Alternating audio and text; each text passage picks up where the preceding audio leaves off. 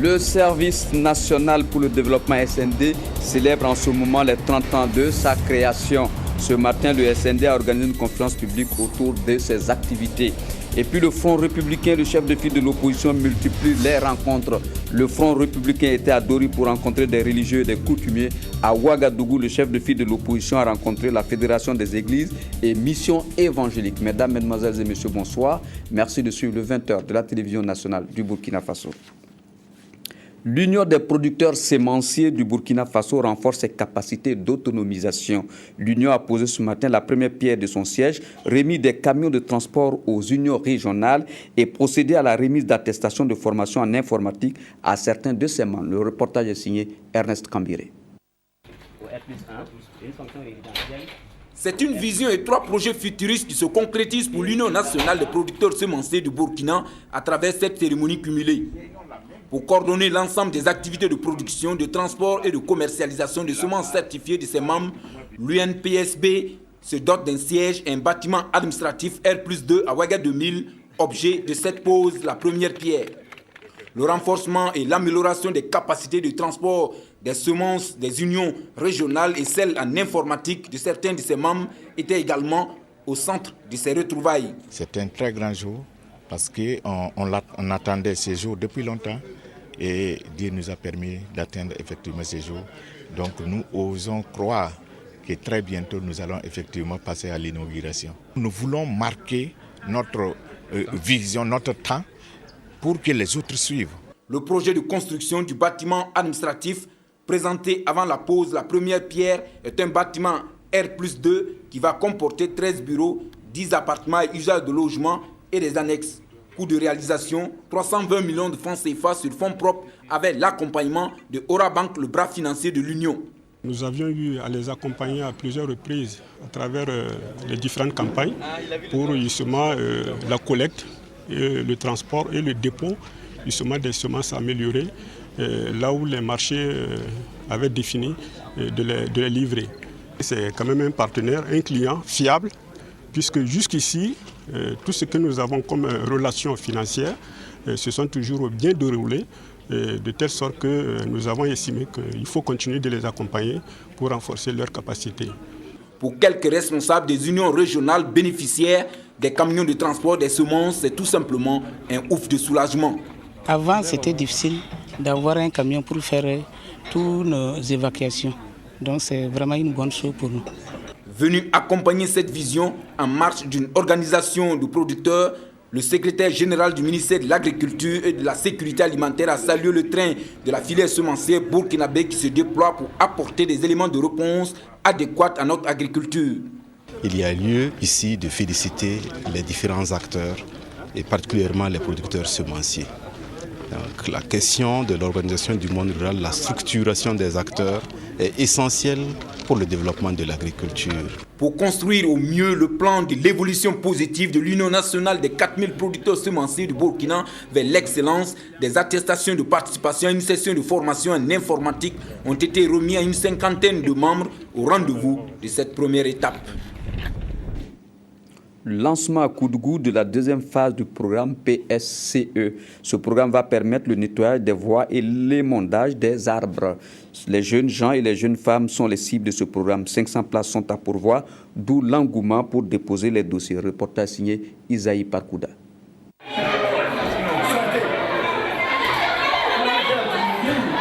C'est la situation qui prévaut ici à la mairie de Koudougou. La légalisation des papiers pour se présenter comme candidat ou candidate à la deuxième phase du programme spécial de création d'emplois. Comme vous le voyez en image, il faut se battre pour faire la photocopie de ces papiers, payer les timbres. Il faut surtout avoir la patience pour obtenir leur légalisation. On est venu depuis 5h du matin. On n'a pas encore fini de faire les dépôts. On a espoir de gagner, sinon si on ne gagne pas, ça ne va pas. L'occasion faisant le larron, élèves et étudiants monnaient leurs services en rédigeant les demandes de ceux ou celles qui ne savent pas écrire. Et pour la cause, le dos devient la table. Il y a des femmes qui viennent, comme elles n'ont pas de jetons là, nous on fait ça gratuitement. Hier en tout cas, on a eu plus de 3 000 francs. L'âge retenu pour être candidat ou candidate est compris entre 16 et 35 ans. Une situation ici décriée car elles sont nombreuses, celles qui ne pourront pas déposer leurs demandes, fort clos du fait de l'âge. Ils sont en train de rejeter les dossiers de certaines femmes, arguant qu'elles sont trop âgées. Or, ces femmes à la maison doivent se nourrir et s'habiller. Si on n'accepte pas leur candidature, ils ne seront pas contentes. Le programme là, c'est un bon programme. Si ça continue comme ça nous aider. Moi, je souhaite que vous augmentez le nombre de gens là. Sinon, c'est trop faible. L'année passée, 6600 candidatures ont été enregistrées à raison de 600 postes disponibles dans le cadre de ce programme. Mais cette année, 500 places sont à pourvoir et ce sont ces places que se disputent aujourd'hui candidats et candidates. Le ministère de la Promotion de la Femme et du Genre vole au secours des femmes de la région de l'Est. Le 18 août dernier, 30 associations et groupements féminins de cette région ont été dotés d'équipements modernes de production et de transformation des technologies qui devraient leur permettre de renforcer leur capacité de production et d'améliorer ainsi leurs revenus. Le reportage est de Nazedia Kalia Ouattara et de Yacouba Kina. Ils sont une trentaine d'associations et de groupements féminins de la région de l'Est à bénéficier d'équipements de production et de transformation. Composé de moulins, de machines à coudre, de concasseurs, d'unités de savonnerie et d'huilerie, ce matériel vient faciliter le travail des bénéficiaires. Le concasseur, voilà, c'est une unité d'extraction d'huile. Au lieu que les femmes se mettent à taper sur les pierres, sur les cailloux, les noix de karité, ce serait rapide. Puisque avant on faisait choses avec nos mains sans la machine. Maintenant, on a eu la machine, ça va beaucoup nous aider. Ça va aider les femmes à sortir dans les pauvretés. Cette technologie devrait donc permettre l'intensification du rendement de ces associations et groupements féminins. Et c'est l'objectif recherché par le ministère de la Promotion de la Femme et du Genre. Booster l'entrepreneuriat féminin en vue de réduire les inégalités entre les hommes et les femmes. C'est des groupements déjà qui sont organisés, qui mènent des activités économiques. Ce matériel, c'est dans le souci de leur permettre de renforcer leur capacité de production afin de leur permettre d'avoir des bénéfices, avoir aussi un pouvoir économique. La présente dotation des femmes en technologie de production et de transformation répond à la composante 4 du programme spécial de création d'emplois pour les jeunes et les femmes. Santé pour tous, le ministère de la Santé au secours des indigents dans le cadre de la stratégie de financement basée sur les résultats. Le programme va concerner plusieurs régions, dont le sud-ouest, où 2 districts, Baké et Djébougou, vont voir 15 à 20% des personnes concernées prises en charge. Le reportage est signé Draman Daya. Il est ici question de l'équité d'accès aux soins. 15 à 20% des personnes indigentes de 10 districts répartis dans les régions du Nord, du Centre-Nord, du Centre-Est, de la boucle du Mouhoun et du Sud-Ouest seront prises en charge, et ce grâce à la stratégie de financement basée sur les résultats. Le district sanitaire de Djébougou en fait partie et tous ici s'en réjouissent. Le besoin se faisait sentir parce que on est dans une zone où, en tout cas, on se rend compte qu'il y a beaucoup de cas de personnes indigentes et souvent on fait ce qu'on peut, mais avec un cadre formalisé comme ça, on pense que cela va soulager en tout cas les populations. Mais comment faire la sélection? Le processus se veut communautaire, a dit le directeur de la Société d'études et de recherche en santé publique, venu expliquer la méthodologie de ciblage des indigents. En attendant la mise en place des différentes cellules, il a tenu à échanger également avec ses responsables coutumiers et religieux, OSC, élus locaux, agents des services sociaux et de santé, tous impliqués dans la mise en œuvre de ce programme dans l'ère sanitaire du district de Djébougou. On attend beaucoup de ces acteurs terrain parce qu'à la différence d'autres processus de sélection, nous voulons que ce processus soit vraiment communautaire et donc de nature très qualitative. C'est aux populations d'identifier au sein de leur communauté qui elles estiment être totalement exclues des processus d'accompagnement, de soutien. Après Djébougou, Cap-des-Murs-sur-Batié, un autre district sanitaire du sud-ouest, pris en compte par le programme financement basé sur le résultat dans le secteur de la santé. Le Service national pour le développement célèbre son 30e anniversaire et à l'occasion, il a organisé ce vendredi 22 août 2014 à Ouagadougou une conférence publique autour de ses activités et ses perspectives. La conférence a réuni des appelés mais aussi de nombreux jeunes issus de différents domaines d'activité publics et privés, civils, militaires et paramilitaires. Ce fut un moment d'échange enrichissant de part et d'autre. Le reportage porte la griffe de Sier Sylvestre Radda. Face aux appelés de la 61e promotion du SND, le Service national pour le développement, ainsi qu'aux jeunes et responsables issus de différents corps d'activité, le directeur général du SND expose sur les fondements de la structure dont il a la charge. Il explique que le SND est une institution de formation civique et citoyenne qui existe dans beaucoup de pays au monde sous différentes formes. En 30 ans d'existence au Burkina, le colonel Amadou Dabré note des acquis à l'actif du Service national populaire SMP, devenu aujourd'hui SND, Service national pour le développement. L'institution fait face néanmoins à de nombreuses difficultés. Malgré tout, elle a plein d'ambitions telles que l'accroissement des effectifs et du nombre de filières, l'amélioration des conditions de vie des appelés et la recherche des partenaires. Tout cela pour donner l'opportunité à tous les jeunes épris de patriotisme de se mettre convenablement au service de la nation burkinabé. En tant qu'appelé, je suis fier d'être ça, parce que ça me permet d'apprendre beaucoup de choses. Je fais la maçonnerie, je suis fier de faire ça parce que j'ai décidé de faire. Après le SND, j'essaierai d'approfondir ma connaissance en tant que maçon. La communication du conférencier fait place à des débats sous la modération de Laurent Sédego, un des pionniers à la direction du SND. Aucune question n'est tabou et les réponses apportées sont édifiantes. Tous finissent par s'accorder que malgré toutes ces insuffisances et son coût, le SND revêt un caractère obligatoire car la citoyenneté n'est pas une matière à option. Nous nous exposons volontairement à la critique des citoyens pour pouvoir recevoir, en tout cas, des informations, des critiques, des propositions qui nous permettront d'améliorer la mise en œuvre du service civique au Burkina Faso. Le plus important, c'est de s'interroger au fil du temps et en fonction donc, du contexte socio-économique, culturel et politique. Est-ce que effectivement l'institution joue un rôle majeur? Et là, je peux dire assurément oui. En plus de cette conférence, des émissions radio et télé et des émissions interactives sont aussi au programme des activités commémoratives des 30 ans du SND. Un bal est également prévu pour ce samedi 23 août. À Banfora, premier jour de découverte des sites touristiques des cascades et les randonneurs venus des quatre coins du Burkina Faso se disent émerveillés par ce qu'ils ont vu.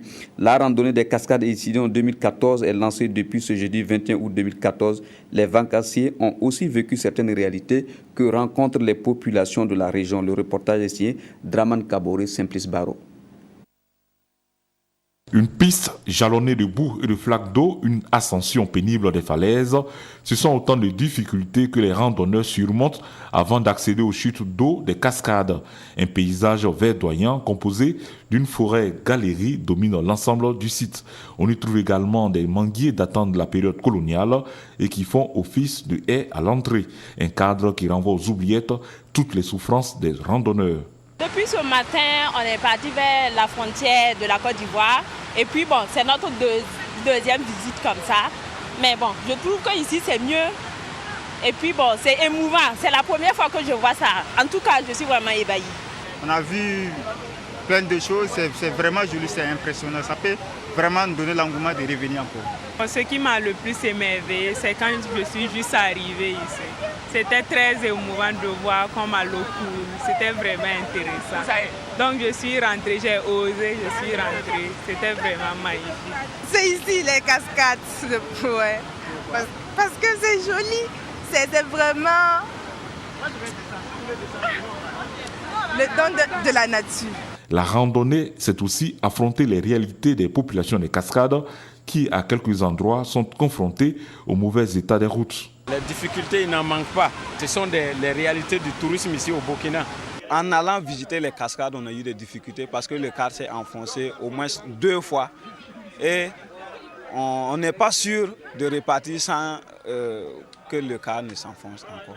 Les amoureux de la nature ont 112 heures pour profiter des merveilles touristiques qu'offre la région des Cascades. L'événement phare de la randonnée 2014, c'est l'ascension du Mont Ténat prévu ce samedi 23 août sous le patronage du président de l'Assemblée nationale.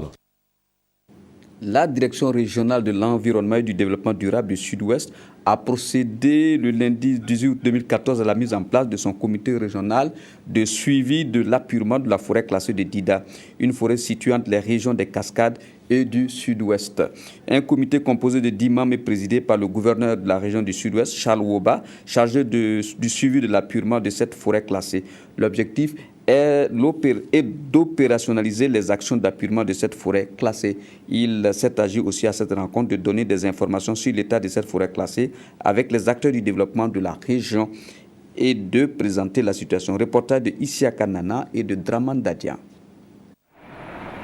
Procéder à l'épurement de la forêt classée de Dida conformément aux instructions du Conseil des ministres en sa séance du 10 juillet 2013, c'est ce qui réunit ces acteurs régionaux. Car après maintes tentatives de déguerpissement des occupants illégaux, les installations clandestines des populations persistent encore sur le site.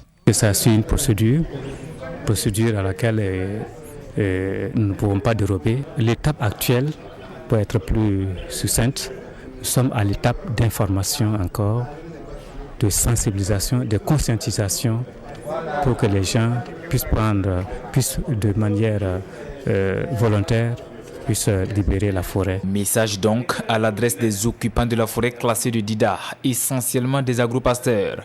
À l'issue de ces échanges, un comité de suivi composé de 10 membres a été mis en place pour le compte de la région du Sud-Ouest. C'est veiller à l'opérationnalisation de l'activité. Depuis le début, j'entends par opérationnalisation toutes les étapes à suivre en pareille situation.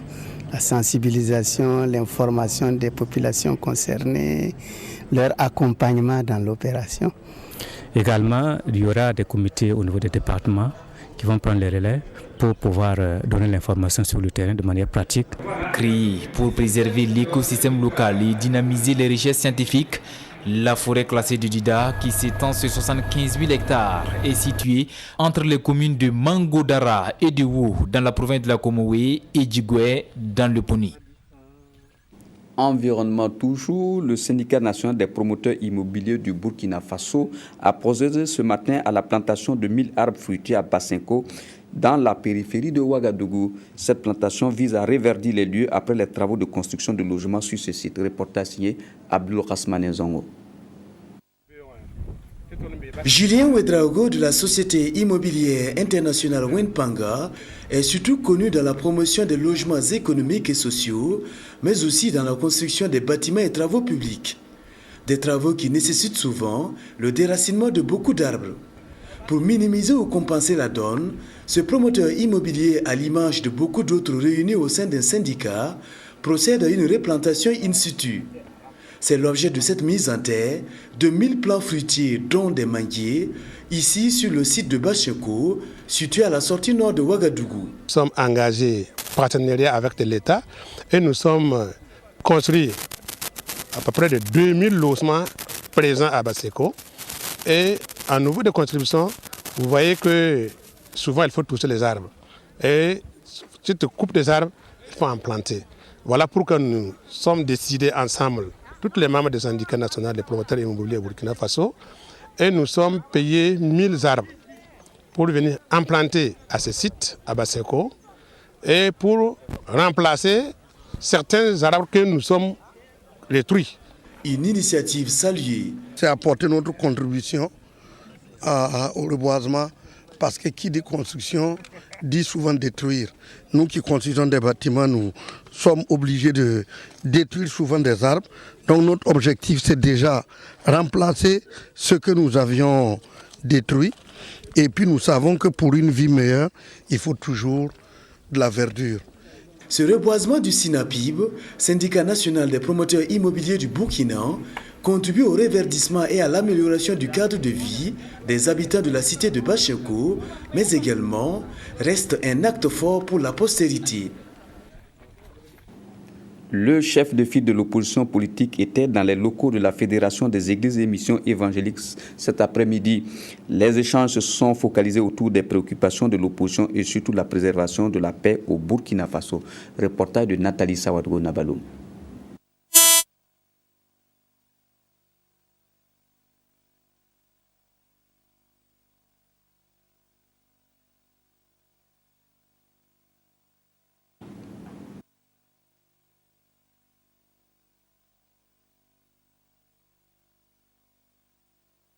Les membres de la direction politique de l'opposition ont rencontré les responsables de la Fédération des Églises et Missions évangéliques du Burkina Faso, FEM. L'objectif est de s'entretenir avec les responsables de la FEM sur leurs engagements politiques, recueillir leurs conseils pour mener à bien leurs actions. Nous avons redit que notre action s'insère dans la volonté que nous avons toujours affirmée d'apporter un plus à ce pays. C'est ça le rôle de l'opposition. Et nous avons réaffirmé que dans la manière de faire, nous faisons tout et nous mettons tout en œuvre pour que la paix sociale dans ce pays-là soit préservée. Nous ne sommes pas fermés à quelque dialogue que ce soit, nous sommes ouverts à toute forme de dialogue qu'il pourrait avoir. Donc, dans ce point de vue-là, il faut qu'il soit rassuré sur notre état d'esprit. Une démarche bien appréciée par le pasteur Samuel Yamego. Notre souhait le plus absolu, c'est qu'il y ait le dialogue.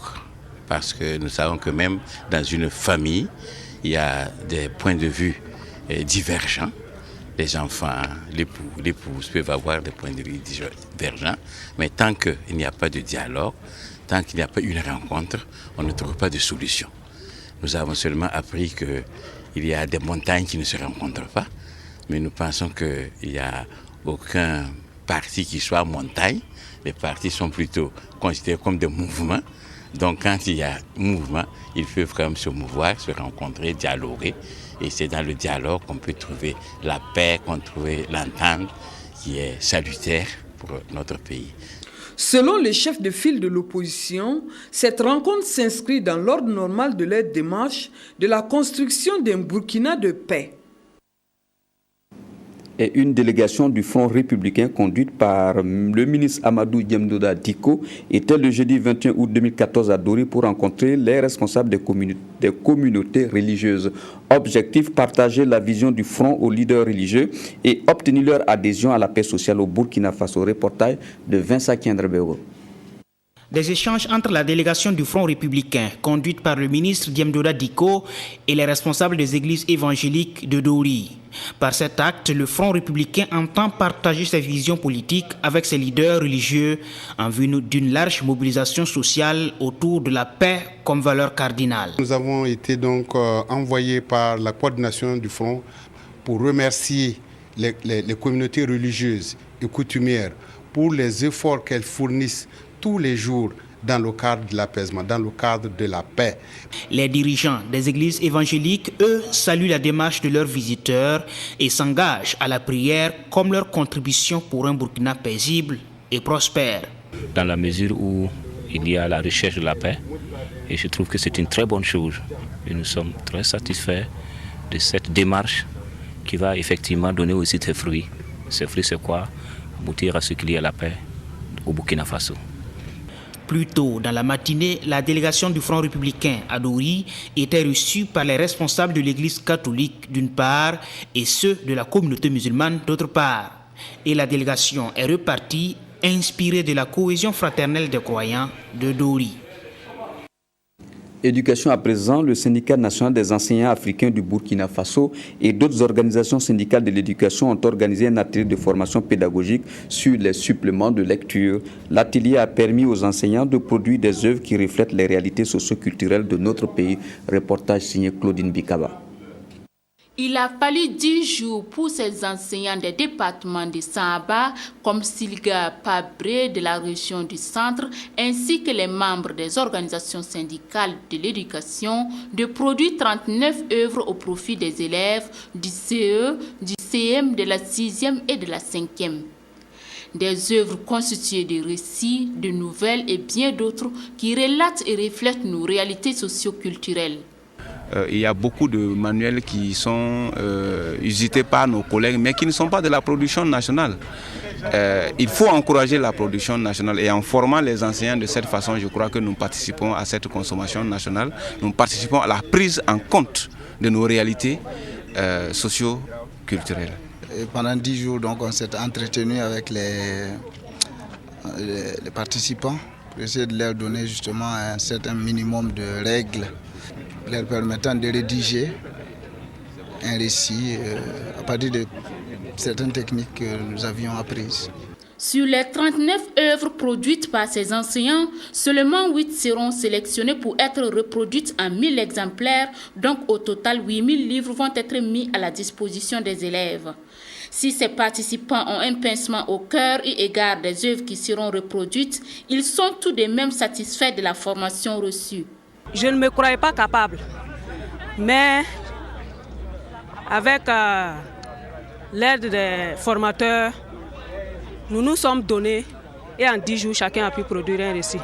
J'en suis vraiment très fière. Des attestations ont été remises aux participants à l'issue de la formation. Des participants dont le vœu reste bien entendu l'élargissement de cette formation aux autres enseignants. Du 17 au 25 août 2014 se tiennent concomitamment à Koudougou le 53e Conseil national et les 39e Assises nationales du mouvement jeunesse étudiante catholique. GEC. À cette occasion, les G6, près de 200 venus de 16 diocèses, vont dresser un bilan des activités de fin d'année et réorienter leurs actions pour plus d'impact. Ils vont aussi procéder à l'élection d'un secrétaire national ainsi que les chefs des commissions de l'équipe nationale et d'adopter le thème d'année et fixer les orientations de ces thèmes pour la nouvelle année. Le reportage est signé Jonas Wemba.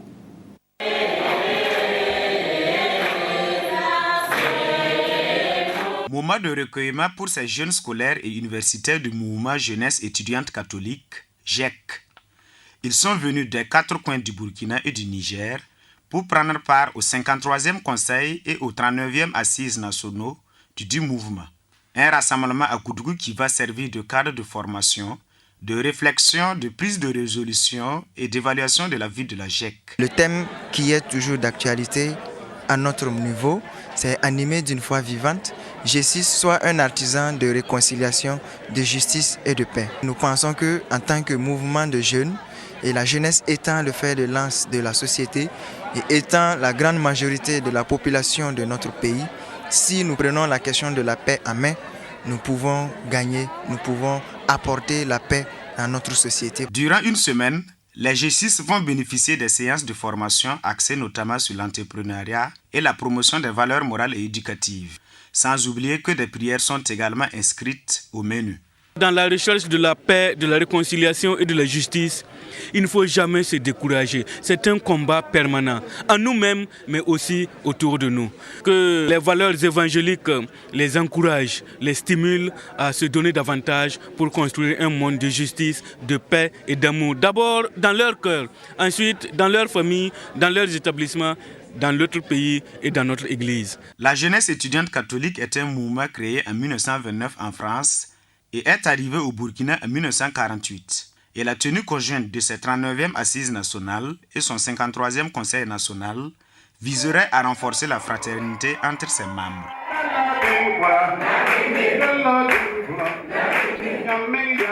Une nouvelle mairie pour ZAM dans le Ganzourgou, financée par le Millennium Challenge Corporation. Ce local va accroître les capacités des communes rurales, notamment dans le traitement des dossiers sur le foncier. L'inauguration a eu lieu hier jeudi 21 août. Le reportage est signé Evelyne Dabiré. Et c'est la coupure du ruban qui a donné accès à l'hôtel de ville. Un bâtiment administratif de 11 bureaux, des archives, un débarras et quelques commodités mises à la disposition de la population afin de réduire les conflits fonciers et formaliser les droits fonciers existants. Depuis que le MCA a pu nous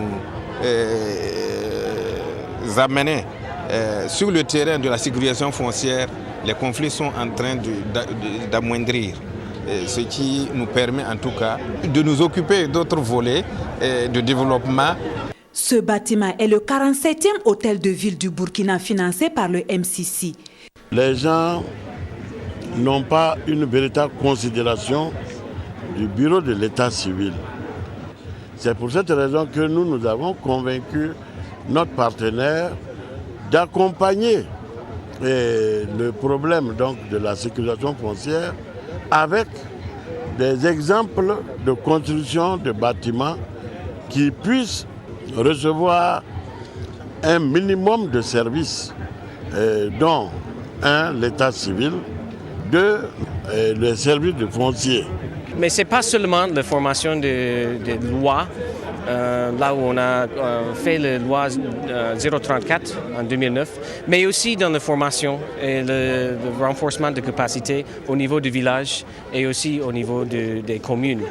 Donc c'est quelque chose qui est très important et avec les bâtiments qu'on a construits dans les 47 communes parmi les 302, c'est un bon pilote. Le parrain Jérémy Tenga Ouedraogo, en charge du département des ressources animales et halieutiques, et le président de la cérémonie Jean-Baptiste Lamsomde, secrétaire général du ministère de l'aménagement du territoire et de la décentralisation, ont tous magnifié ce joyau. Et puis culture à présent, l'association des mannequins et des créateurs ont organisé un défilé de mode le week-end dernier à Guibaré, le village d'origine du styliste ivoiro-burkinabé Pathé Ouedraogo. En plus de ce défilé, les porteurs de mode ont aussi planté des arbres. C'était en présence de Évariste Kombari. C'est le premier défilé de mode dans le village de Guibaré. Guibaré a pourtant donné à l'Afrique Pathéo, un de ses plus grands créateurs, qui a à son actif plusieurs défilés de mode à travers le continent et le monde. Loin des salles feutrées de la capitale burkinabé, ce défilé qui était atypique a permis de rapprocher la mode du grand public. Les villageois ont aussi découvert à l'occasion un pan du travail de leur fils. Je pense que vraiment c'est une initiative qui me va droit au cœur et surtout qui va droit au cœur aux habitants de Guibaré. Parce que moi je suis de ces pays, mais beaucoup de gens ne savent pas ce qui se fait réellement. C'est pour ça qu'après il y a eu un défilé de mode pour montrer un peu ce que nous faisons, où nous sommes. Parce que notre métier, on ne peut pas le pratiquer chez nous. Mais en même temps, nous sommes de ce village, on ne peut pas aussi couper du village. Donc chaque fois, on revient faire ce qu'on peut pour orienter, pour ouvrir, pour poser un peu ce que nous sommes capables de faire. Moi, je pense que c'était vraiment une bonne chose. Ouais. À Guibaré, les mannequins et les créateurs ont aussi planté des arbres. Le reboisement est devenu une tradition chez les porteurs de mode. Bon, au niveau de la mairie ici, c'est une centaine et au niveau du lycée, une centaine, mais ce sera une continuité. Après le départ, une organisation sera faite pour reboiser davantage, quoi. Une première en termes d'organisation par rapport à cette deuxième édition, je pense qu'on l'a réalisé. Voilà, comme on le dit souvent, bon, il ne suffit pas seulement de planter, mais il faut planter utile. Voilà. On a aussi joint l'utile à l'agréable à travers une partie de football. Et c'est plutôt satisfait que les mannequins, visiteurs d'un jour, ont pris congé de leur hôte. Du sport à présent, les pratiquants, je vais y arriver, les pratiquants du Kung Fu Wushu sont en stage de formation à l'INGEPS à Ouagadougou, en prélude au championnat national qui aura lieu ce samedi. La Fédération burkinabé de Kung Fu Wushu a initié un stage de 72 heures au profit des jeunes pratiquants venus de toutes les régions du Burkina Faso. Cette formation vise à harmoniser les différentes techniques de combat avant les phases finales du championnat. Reportage de Jean-Modeste Ouedraogo. La préparation d'un examen passe par la révision des leçons reçues en classe. C'est ce à quoi s'attellent une centaine de pratiquants du Kung Fu Wushu. On a appris à faire le mouvement de la souplesse, l'équilibre, à bien se tenir droit. Pour bien faire les Tao, les combats, on a appris aussi les techniques de combat pour éviter l'adversaire. Dans cette formation, je participe pour d'abord ma santé. Et après, faire connaître l'art que je pratique. Parce que quand je constate, je vois que là, tous les arts sont pratiqués et reconnus nationalement. Donc, je pratique cet art pour ma santé, faire la publicité de mon art. Pendant 72 heures, les deux experts nationaux et le directeur technique national vont passer en revue toutes les bases de la discipline dans la perspective d'un bon déroulement du championnat. Cette formation est la bienvenue. En ce sens qu'à l'issue des championnats passés, nous avons constaté par moments des techniques qui ne sont pas bien exécutées, que ce soit au niveau des chutes et même des techniques d'attaque. Voilà pourquoi nous avons jugé nécessaire d'essayer de travailler ces techniques préliminaires. Et au départ, nous visions plus les provinces, mais également les clubs de Ouaga. Ce stage de formation sonne donc comme une innovation dans l'organisation du championnat national. Comme vous savez, le Kung Fu est un art martial qui est très vaste. Il y a beaucoup de techniques, il y a beaucoup de styles. Et comme nous pratiquons ça au sein de la fédération, on a trouvé qu'il est nécessaire, avant juste le championnat, qu'on puisse harmoniser les techniques et puis travailler ensemble les techniques de base pour avoir un style commun, qu'on puisse faire des normes qu'on accepte tous pour le championnat.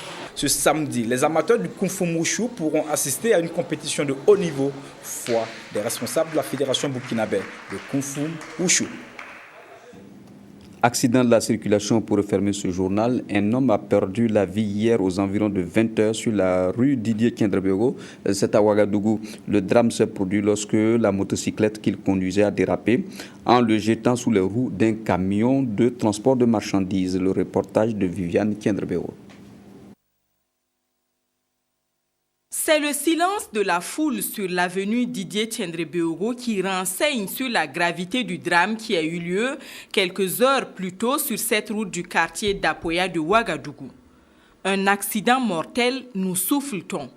À notre arrivée, les équipes des polices nationales et municipales s'affairaient. L'une a achevé le constat et l'autre a enlevé de la route le camion impliqué dans l'accident. Le camion était en train de tourner. Il croisait la victime qui avait remorqué quelqu'un. C'est lui qui nous a raconté comment ça s'est passé. Il dit qu'il a demandé à son ami de laisser le camion finir sa manœuvre, mais le conducteur de la moto a dit qu'il allait se débrouiller en longeant la route. Malheureusement, la moto a dérapé et il s'est retrouvé sur une des roues du camion. Le passager qui a sauté n'a rien. Il est choqué seulement. Le corps était, en tout cas un des bras était coincé entre les deux roues arrière du camion. La seule solution palliative, c'était appeler l'UCS, l'unité centrale de la police municipale. Il est venu soulever avec la grue. C'est là qu'on a pu dégager le corps et puis les pompes funèbres en tout cas ont procédé à l'enlèvement. La victime de ce drame de la route est un guide touristique de 38 ans. Appelé en urgence, ses parents étaient sur les lieux. Le conducteur du camion qui a pris la fuite a trouvé refuge dans le quartier. Je salue en tout cas la population de l'arrondissement 2 en général et du secteur 10 pour en tout cas la patience qu'ils ont eue. Chaque jour, le nombre d'accidents augmente dans la ville de Ouagadougou. Ce qui interpelle, c'est l'inconscience de ces usagers qui, juste après avoir quitté les lieux de cet accident mortel, brûlent allègrement le feu rouge. Peut-être pense-t-il que ça n'arrive qu'aux autres. Hélas, Viviane Kendrebego, c'est la fin de ce journal. Merci de l'avoir suivi. Je vous souhaite une agréable nuit. Je serai très heureux de vous retrouver demain à 20h pour d'autres actualités. Au revoir et à demain.